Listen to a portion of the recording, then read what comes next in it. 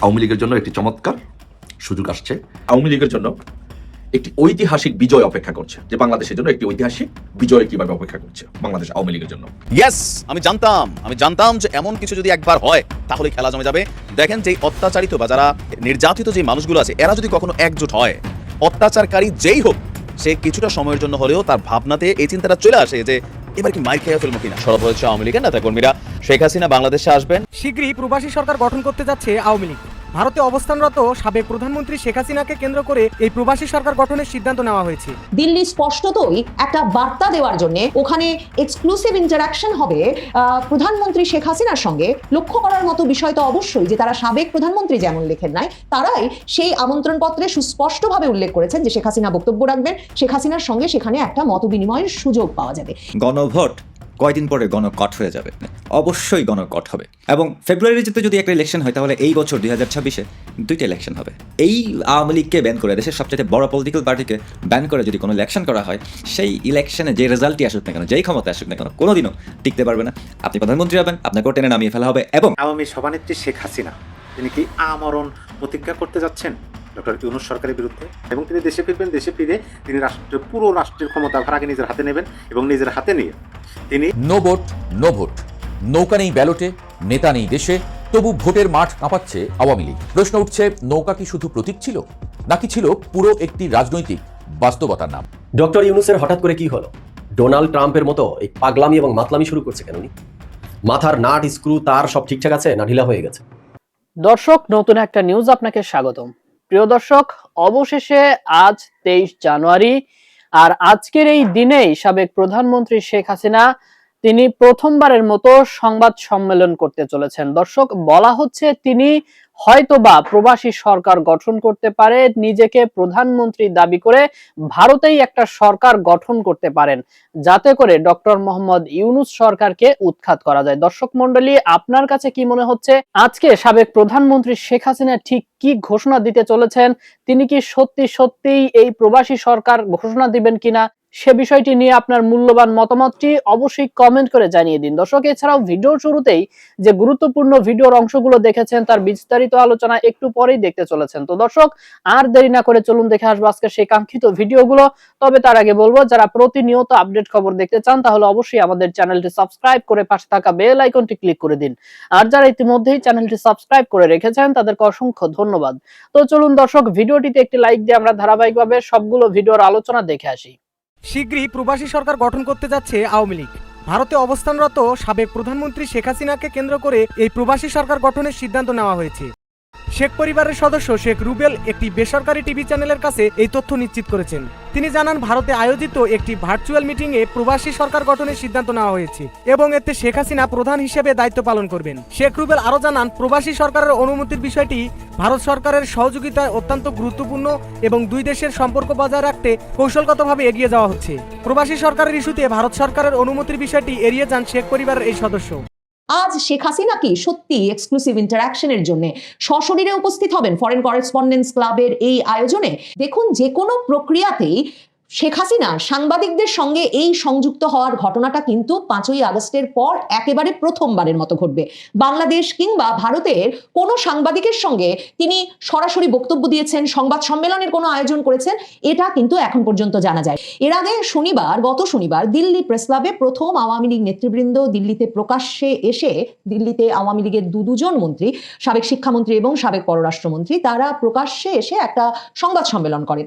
কোনোটাই আওয়ামী লীগের ব্যানারে হচ্ছে না। আজকে শেখ হাসিনা উপস্থিত হবেন, এই কথা যে আমন্ত্রণপত্রে লিখে আমন্ত্রণপত্র ছাপানো হয়েছে, বিতরণ করা হয়েছে ফরেন করেসপন্ডেন্স ক্লাব এর আয়োজনে, সেই সংবাদ সম্মেলন বা মত বিনিময় সভাটির আগে গত শনিবারের সংবাদ সম্মেলনটি অনুষ্ঠিত হয়েছিল। জাতিসংঘ রিপোর্টের কি কি ফাঁক আছে, গলদ আছে, সেগুলো সাংবাদিকদের সামনে তুলে ধরতে, এবং সেখানে একটা মানবাধিকার সংগঠনের ব্যানারে করা ওই সংবাদ সম্মেলনটি দিল্লি প্রেস ক্লাবে অনুষ্ঠিত হয় এবং সেখানে প্রথম আওয়ামী লীগের দুজন মন্ত্রী প্রধানমন্ত্রী উপস্থিত হন। তার পরপরই এ খবর ছড়িয়ে পড়ে যে এর পরের সপ্তাহে এমন একটি মতবিনিময় সভা আয়োজন করা হচ্ছে দিল্লিতে, যেখানে শেখ হাসিনা স্বয়ং উপস্থিত থাকবেন। সত্যিই কি শেখ হাসিনা উপস্থিত থাকবেন? মানে শেখ হাসিনা উপস্থিত থাকবেন এ কথাটা যখন ছড়িয়ে গেছে এবং আমন্ত্রণ পত্রে ফরেন করেসপন্ডেন্স ক্লাব, যেটি কিনা দিল্লিতে অবস্থিত বিদেশি সাংবাদিকদের একটি ক্লাব, সেই ক্লাব লিখেছেন যে ওখানে এক্সক্লুসিভ ইন্টারাকশন হবে প্রধানমন্ত্রী শেখ হাসিনার সঙ্গে। লক্ষ্য করার মতো বিষয় তো অবশ্যই যে তারা সাবেক প্রধানমন্ত্রী যেমন লেখেন নাই, তারাই সেই আমন্ত্রণ পত্রে সুস্পষ্টভাবে উল্লেখ করেছেন যে শেখ হাসিনা বক্তব্য রাখবেন, শেখ হাসিনার সঙ্গে সেখানে একটা মতবিনিময়ের সুযোগ পাওয়া যাবে। এ কারণেই সেই আমন্ত্রণ পত্র থেকে এ খবর দ্রুততার সাথে ছড়িয়ে পড়ে যে শেখ হাসিনা প্রকাশ্যে আসতে যাচ্ছেন প্রথমবারের মতো 2024-এর 5ই আগস্টের পর, এবং সেটা ঘটতে যাচ্ছে দিল্লিতে। দিল্লির সরকার, ভারত সরকার যে এ ধরনের সংবাদ সম্মেলন, মতবিনিময় সভা আয়োজন করতে দিয়ে কিংবা ভারতে এ ধরনের অনুষ্ঠানের আয়োজন করতে দিয়ে যেখানে আওয়ামী লীগের মন্ত্রীদের মন্ত্রী বলে পরিচয় করিয়ে দেওয়া হচ্ছে, যে সব আমন্ত্রণ পত্রে শেখ হাসিনাকে বাংলাদেশের প্রধানমন্ত্রী হিসাবে পরিচয় করিয়ে দেওয়া হচ্ছে, বুঝতে বাকি থাকে না যে দিল্লি ভারত সরকার সরাসরি একটা বার্তা দিতে চাইছে যে বাংলাদেশের রাজনৈতিক পরিসরে যখন কার্যক্রম চালানোর কোনো অনুমোদন নাই আওয়ামী লীগের, তখন তারা মনে করে যে তারা ভারতে সেই পরিসরটা তৈরি করে দিতে পারে এবং ভারতের গণমাধ্যম প্রস্তুত বাংলাদেশের রাজনৈতিক দল আওয়ামী লীগের মতামত, তাদের অবস্থানগুলো বিশ্বের আন্তর্জাতিক সংবাদ মাধ্যম, বিশ্বের সম্প্রদায়, আন্তর্জাতিক সম্প্রদায় এবং বাংলাদেশের জনগণের কাছে পৌঁছে দিতে তাদের গণমাধ্যমের মাধ্যমে। এবং বিবিসি বাংলা এই যে 23শে জানুয়ারি আজ শেখ হাসিনা একটা সংবাদ সম্মেলনে প্রকাশ্যে হাজির হবেন কিনা সে খবর যে ছড়িয়ে পড়েছে, ভারতের গণমাধ্যমের মধ্যে যে এটা নিয়ে ব্যাপক কৌতূহল সৃষ্টি হয়েছে, সে সম্পর্কে তাদের প্রতিবেদনটিতে লিখেছে যে কেন আওয়ামী লীগ ভারতীয় গণমাধ্যমকে গুরুত্বপূর্ণ মনে করছে। এবং সেখানে তারা বলেছে যে যেহেতু বাংলাদেশের সংবাদ মাধ্যমেও এই যে মানে আওয়ামী লীগের খবর প্রকাশ নিয়েও তো একটা বাধা নিষেধ আছে, এই অবস্থায় ভারতীয় গণমাধ্যমে যে কোনো খবর প্রকাশ হলে সেটা যথাযথ গুরুত্ব পাবে। সেটা ভারতে এসে সংবাদ সম্মেলন করবার একটা কারণ যারা সংবাদ সম্মেলন আয়োজন করেছেন, মানে আওয়ামী লীগের ব্যানারে তো করেন নাই, মানবাধিকার সংগঠনের ব্যানারে গত শনিবার তারা কিন্তু স্পষ্টত বলেছেন যে দিল্লির সংবাদ সম্মেলনই প্রথম নয়, জাতিসংঘ রিপোর্টের খুঁত গলদ ফাঁকগুলো নিয়ে তারা এর আগে লন্ডন, ব্রাসেলস সহ ইউরোপের বিভিন্ন দেশে সংবাদ সম্মেলন করে এসেছেন। কিন্তু ভারতে সংবাদ সম্মেলন করার বিষয়টা যে স্পর্শকাতর এবং এটা যে ভারতের গোয়েন্দা সংস্থা, ভারতের নিরাপত্তা সংস্থা, ভারতের সরকারের এক রকমের সায় ছাড়া অসম্ভব, সেটা বুঝতে কারোই কোনো অসুবিধা হচ্ছে না। আসলে ভারত সরকার এখনো ভীষণভাবে অনিশ্চিত যে বাংলাদেশ 12ই ফেব্রুয়ারির নির্বাচনের মাধ্যমে একটা দীর্ঘমেয়াদী স্থিতিশীলতার দিকে যেতে পারবে কিনা, এটা নিয়ে ভারতের ভেতরের উদ্বেগ এতই বেশি, বিশেষভাবে যখন নির্বাচনটা আওয়ামী লীগকে দূরে সরিয়ে একটা অন্তর্ভুক্তিমূলক নির্বাচন হতে যাচ্ছে না, তখন সেই নির্বাচন স্থিতিশীলতা নিয়ে আসতে পারবে কিনা তা নিয়ে ভারত সরকারের ভেতরের উদ্বেগটা এতটাই বেশি। তার মধ্যে ভারতের গোয়েন্দা সংস্থাগুলোর খবর আছে যে খুব শিগগিরই বাংলাদেশে নানা ধরনের জঙ্গি হামলার ঘটনা ঘটতে পারে, তার সঙ্গে পাকিস্তানের বিভিন্ন জঙ্গি গোষ্ঠীর সম্পর্ক থাকতে পারে এবং এমন একটা অস্থিতিশীল পরিবেশ তৈরি হয়ে যেতে পারে নির্বাচনের আগে যে নির্বাচনটা একটা লম্বা অনিশ্চিত সময়ের জন্য পিছিয়ে যেতে পারে। এই অবস্থায় ভারত মনে করছে যে আওয়ামী লীগের রাজনৈতিক পরিসরটা টিকিয়ে রাখা, আওয়ামী লীগের রাজনৈতিক কার্যক্রম টিকিয়ে রাখা, আওয়ামী লীগকে সংগঠন হিসেবে শক্তিশালী রাখা, সংগঠিত রাখা এবং তাদের অবস্থান সংবাদ মাধ্যমের মাধ্যমে তাদের জনগণকে জানান দেওয়ার কাজে সর্বতোভাবে সহায়তা করা উচিত। এবং ভারত সেই বার্তাটি বাংলাদেশ সরকার এবং বাংলাদেশের অন্য রাজনৈতিক দলগুলোকে দিতে চাইছে, যে রাজনৈতিক দলগুলো আওয়ামী লীগকে বাদ দিয়ে নির্বাচন অনুষ্ঠান করতে চাইছে। আজ শেখ হাসিনা কি সত্যি এক্সক্লুসিভ ইন্টারাকশনের জন্য সশরীরে উপস্থিত হবেন ফরেন করেসপন্ডেন্স ক্লাবের এই আয়োজনে? দেখুন, যে কোনো প্রক্রিয়াতেই শেখ হাসিনা সাংবাদিকদের সঙ্গে এই সংযুক্ত হওয়ার ঘটনাটা কিন্তু 5ই আগস্টের পর একেবারে প্রথমবারের মতো ঘটবে।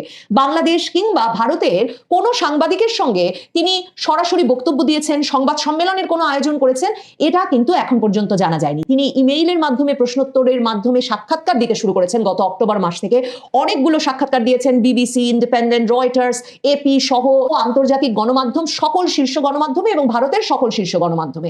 কিন্তু এই যে তিনি যে নিরাপদ গৃহে আছেন, তিনি যে নিরাপদ বাসভবনে আছেন, সর্বোচ্চ নিরাপত্তার চাদরে ঢেকে যে তাকে রাখা হয়েছে 5ই আগস্টের পর থেকে, যেখান থেকে তিনি বিভিন্ন প্ল্যাটফর্মে এবং টেলিফোনের মাধ্যমে আওয়ামী লীগের দলীয় নেতা কর্মী, অঙ্গ সংগঠনের একেবারে তৃণমূলের নেতা কর্মী, তাদের পরিবার পরিজন সকলের সঙ্গে প্রতিদিন ব্যাপক যোগাযোগ রাখছেন এবং তার সেই যোগাযোগের ভিত্তিতেই দল সংগঠিত হয়ে উঠছে এবং তা নিয়ে বাংলাদেশ সরকার বারবার আপত্তি জানাচ্ছে।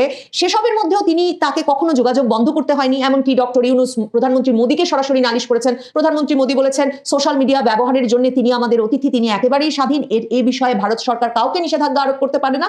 ঠিক তেমনি ভাবে শেখ হাসিনা আবার বাড়ির বাইরে এসে কিংবা বাড়িতে বসেই কোনো সভায়, সমাবেশে কিংবা কোনো সাংবাদিক সম্মেলনে এখন পর্যন্ত বক্তৃতা দেন নাই। কাজেই ফরেন করেসপন্ডেন্স ক্লাব দিল্লির তারা যে তাদের আমন্ত্রণ পত্রে মূল আকর্ষণ হিসেবে এই কথাটা লিখেছেন সেটা খুব স্বাভাবিক। ভারতীয় প্রেস ক্লাবের সাবেক সভাপতি গৌতম লাহিড়ী তিনি প্রথম এই খবরটা সংবাদ মাধ্যমে দিয়েছিলেন যে শুক্রবার 23শে জানুয়ারি আরেকটি সংবাদ সম্মেলন হবে এবং সেখানে শেখ হাসিনা উপস্থিত থাকবেন। তারপর থেকেই ব্যাপক আলোড়ন এবং জল্পনা শুরু হয় এই নিয়ে। বাংলাদেশের পত্রিকা আমার দেশ তারা খবর দিচ্ছে যে দিল্লির কূটনৈতিক সূত্রগুলোর পাশাপাশি ভারতীয় গণমাধ্যমগুলো আমার দেশ পত্রিকাকে জানিয়েছে আগামীকাল শুক্রবার প্রথমবারের মতো, তারা গতকাল এই খবরটা ছেপেছে যে শুক্রবার প্রথমবারের মতো শেখ হাসিনাকে ক্যামেরার সামনে দেখা যেতে পারে। 2024 সালের 5ই আগস্ট পালিয়ে দিল্লিতে আশ্রয় নেওয়ার পর থেকে হাসিনা এখনো ক্যামেরার মুখোমুখি হননি। দিল্লির অনুষ্ঠানটির আয়োজন করেছে foreign correspondence club of South Asia এবং international association of press club. এবং আমার দেশ খবর দিচ্ছে যে দিল্লির একটা নির্ভরযোগ্য কূটনৈতিক সূত্রে তারা জেনেছে যে ওই আলোচনা অনুষ্ঠানটি সঞ্চালনা করার কথা রয়েছে বাংলাদেশে নিযুক্ত ভারতের সাবেক হাই কমিশনার পঙ্কজ শরণের। অনুষ্ঠানে উদ্বোধনী ভাষণ দেবেন শেখ হাসিনা এবং আমার দেশও উল্লেখ করছে যে আমন্ত্রণ পত্রে শেখ হাসিনাকে বাংলাদেশের প্রধানমন্ত্রী বলে উল্লেখ করা হয়েছে। অনুষ্ঠানটির ব্যাপারে ঢাকার পক্ষ থেকে আপত্তি জানানোর পরেও তা আমলে নেয়নি দিল্লি। যেটা বলছিলাম, দিল্লি স্পষ্টতই একটা বার্তা দেওয়ার জন্য বাংলাদেশে যেহেতু আওয়ামী লীগের রাজনৈতিক পরিসর তৈরি করা সম্ভব হচ্ছে না এই মুহূর্তে, ভারতে তার রাজনৈতিক পরিসর তৈরি করতে চাইছে বলে আমার ধারণা এবং আওয়ামী লীগকে সংবাদ মাধ্যমে রেখে, আওয়ামী লীগকে প্রকাশ্যে রেখে বাংলাদেশের রাজনৈতিক অঙ্গনে একটা আলোচনার কেন্দ্রে রাখতে চাইছে। এবং সরকার যেহেতু, ইউনূস সরকার যেহেতু ক্রমাগত প্রতিক্রিয়া জানিয়ে যাবে এসব ঘটনায়, তার মাধ্যমে সরকারকেও ব্যতিব্যস্ত রাখতে চাইছে।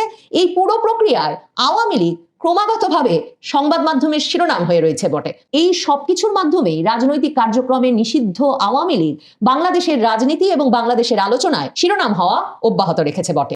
নো ভোট, নো ভোট, নৌকা নেই ব্যালটে, নেতা নেই দেশে, তবু ভোটের মাঠ কাঁপাচ্ছে আওয়ামী লীগ।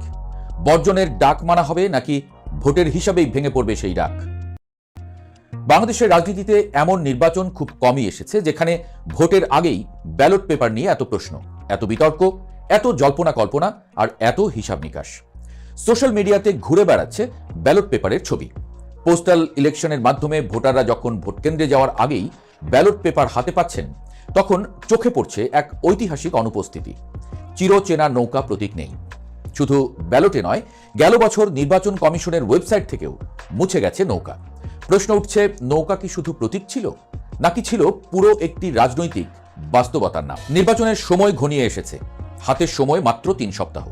কিন্তু মাঠে না থেকেও যে দলটি জয় পরাজয়ের নির্ধারক হয়ে উঠেছে তার নাম আওয়ামী লীগ।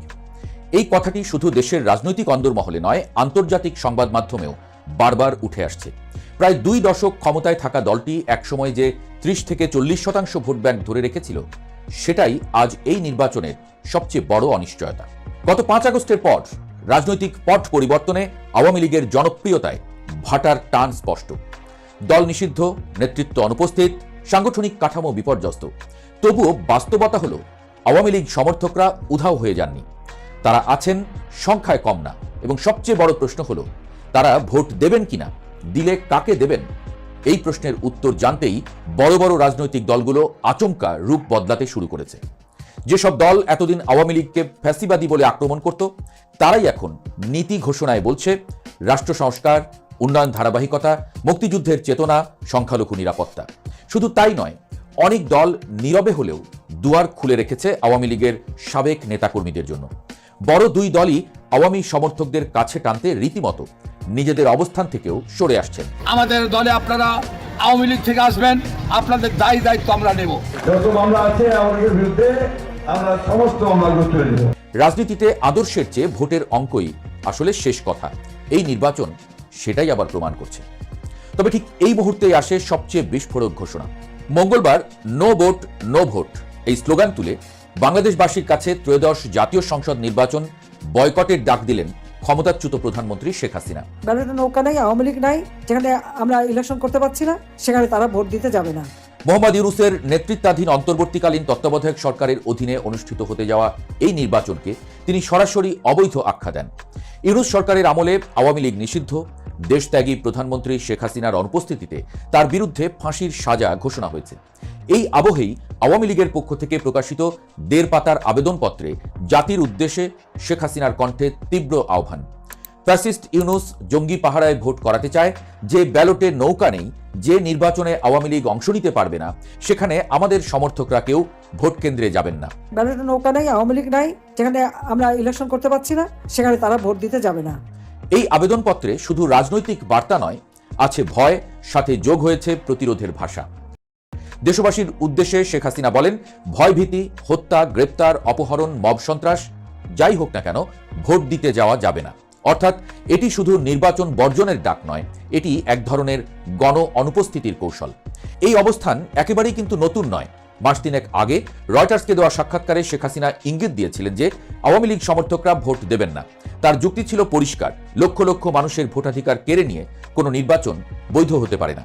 কিন্তু এখানেই আসল দ্বন্দ্ব। 18 মাসে উপদেষ্টা সরকার জনগণের প্রত্যাশার কতটুকু পূরণ করতে পেরেছে?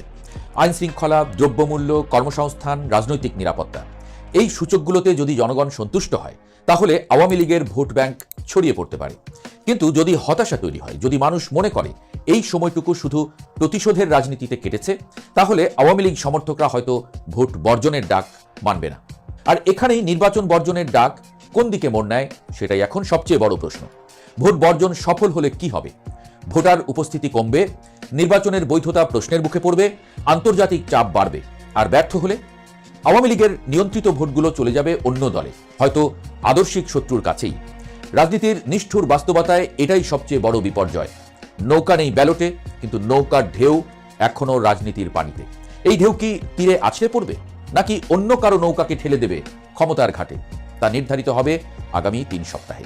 বাংলাদেশের এই নির্বাচন তাই শুধু আসন বন্টনের লড়াই নয়, এটি ভোটাধিকার, বৈধতা, প্রতিশোধ আর ভবিষ্যৎ রাজনীতির দিক নির্ধারণের যুদ্ধ। এবং এই যুদ্ধের সবচেয়ে শক্তিশালী অস্ত্র ভোট অথবা ভোট না দেয়া। আওয়ামী সভানেত্রী শেখ হাসিনা তিনি কি আমরণ প্রতিজ্ঞা করতে যাচ্ছেন ডক্টর ইউনূস সরকারের বিরুদ্ধে? আওয়ামী সভানেত্রী যদি এরকম প্রতিজ্ঞা করে, তাহলে কিন্তু এই দলের নেতা কর্মীদেরও ওই প্রতিজ্ঞার আওতাভুক্ত হয়ে যায় এবং সেটা পালন করবে বলেই ধারণা করা হচ্ছে। যাক, আমরা সেই বিষয়টা আগে জানি। দেখেন, আমি প্রথমে আপনাদেরকে বললাম আমরণ প্রতিজ্ঞা বলতে কি বোঝায়, এটা পরিষ্কার হলো। তিনি সেখানে বলতে চাচ্ছেন, দেখেন ইতিমধ্যে তিনি বিভিন্ন বক্তব্যের মাঝে কথাগুলো বলছেন, সেটারই মানে প্রতিজ্ঞা স্বরূপ তিনি বলবেন যে বর্তমান বাংলাদেশের অন্তর্বর্তী সরকার অর্থাৎ ইউনূস সরকার সেটা একটা অবৈধ সরকার, হঠাৎ করে ক্ষমতায় আসনে বসছেন। এই সরকার যদি তাদের চেয়ে অর্থাৎ আওয়ামী লীগের চেয়ে খুব ভালো কিছু করতো রাষ্ট্রের জন্য, সেটা ভিন্ন বিষয়। দেশে যদি আইন শৃঙ্খলা পরিস্থিতি স্বাভাবিক রাখতে পারত, দেশে যদি বিচার ব্যবস্থাটা প্রকৃতপক্ষে আইন অনুযায়ী চলতো, তারা যদি সংবিধান মেনে চলতো, তাহলে ভিন্ন কথা। কিন্তু তারা ক্ষমতা গ্রহণের পরে যেরকম মানে হিতে বিপরীত, যেটা চাওয়া ছিল, আশা ছিল, সেইটার বিপরীত কাজ করতেছে। তখন আওয়ামী লীগের মতো একটা রাজনৈতিক দল, আওয়ামী সভানেত্রীর মতো একজন নেত্রী, তাকে তো প্রতিজ্ঞাবদ্ধ হতেই হবে এবং তার সাথে সাথে দেশের মানুষকে এই প্রতিজ্ঞাবদ্ধের আওতায় আনতে হবে। তিনি যে কথাটা বলতে যাচ্ছেন, মানে এটা কিন্তু বিভিন্নভাবে সোশ্যাল মিডিয়াতে দেখবেন ঘুরে বেড়াচ্ছে। তারপর আমরা সন্ধ্যা 6টায় এটা প্রকৃত ঘটনাটি জানতে পারবো যে আদৌ তিনি কি বলতেছেন। তবে সত্যতা বা এরকম কিছু ঘটার সম্ভাবনা বলে আমার মনে হইতেছে।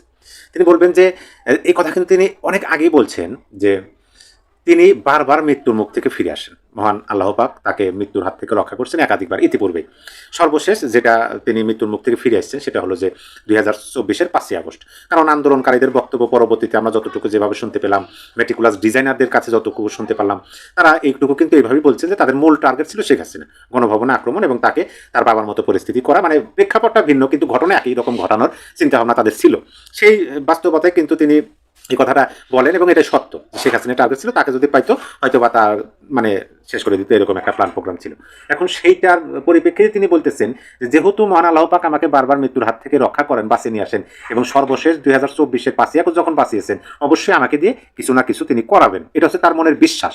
এখন এই বিশ্বাস থেকে তিনি বলতে চাচ্ছেন যে যেহেতু আমাকে বাঁচিয়ে রাখছে, অবশ্যই কিছু করাবেন। এখন আমাদের সামনে যেটা দেখতেছি আমরা, যে স্বাধীন সার্বভৌম একটা রাষ্ট্রে ক্ষমতা দখল করে সেই রাষ্ট্রের স্বাধীনতা মুছে ফেলা, সার্বভৌমকে হুমকি দেওয়া, সেই রাষ্ট্রের মুক্তিযুদ্ধকে ছোট করে দেখা, সংবিধান ছুঁড়ে ফেলা দেওয়া, জাতির জনককে অপমান করা, স্মৃতি মুছে ফেলার চেষ্টা, এই সকল কিছু এবং একটা রাজনৈতিক দল, তাদের রাজনৈতিক দলের উপর যে স্টিমুলার চালানো, বিনা অপরাধে বছরের পর বছর জেল খাটানো এবং এই সরকারের শুধু সমালোচনা করার কারণেই অনেককে কারারুদ্ধ করে রাখা, এইগুলোর তিনি বিচার করবেন। মানে আইন বহির্ভূত যা হচ্ছে সকল কিছু তিনি বিচার করবেন এবং তিনি দেশে ফিরবেন। দেশে ফিরে তিনি পুরো রাষ্ট্রের ক্ষমতাভার আগে নিজের হাতে নেবেন এবং নিজের হাতে নিয়ে তিনি এই যে অপকর্ম, এই যে অনিয়ম, এই যে আইন বিরোধী, সংবিধান বিরোধী কাজকর্ম হইতেছে বা করতেছে সরকার, এইগুলোর তিনি বিচার করবেন আইন অনুযায়ী, এবং আইন অনুযায়ী যে শাস্তি হয় সেই শাস্তি দিবেন।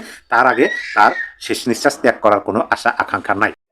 প্রিয় দর্শক, আমি আশা করছি সবগুলো ভিডিওই আপনি মনোযোগ সহকারে দেখেছেন। সেই সাথে দর্শক, এই ভিডিওগুলো সম্পর্কিত যদি কোনো তথ্য বা মতামত থাকে তাহলে তো অবশ্যই কমেন্ট করে জানিয়ে দিন। এতক্ষণ সাথে থাকার জন্য ধন্যবাদ। নিউজটি শেষ করছে এখানেই, ফিরছে আগামী ভিডিওতে নতুন কোনো টপিক নিয়ে। আল্লাহ হাফেজ।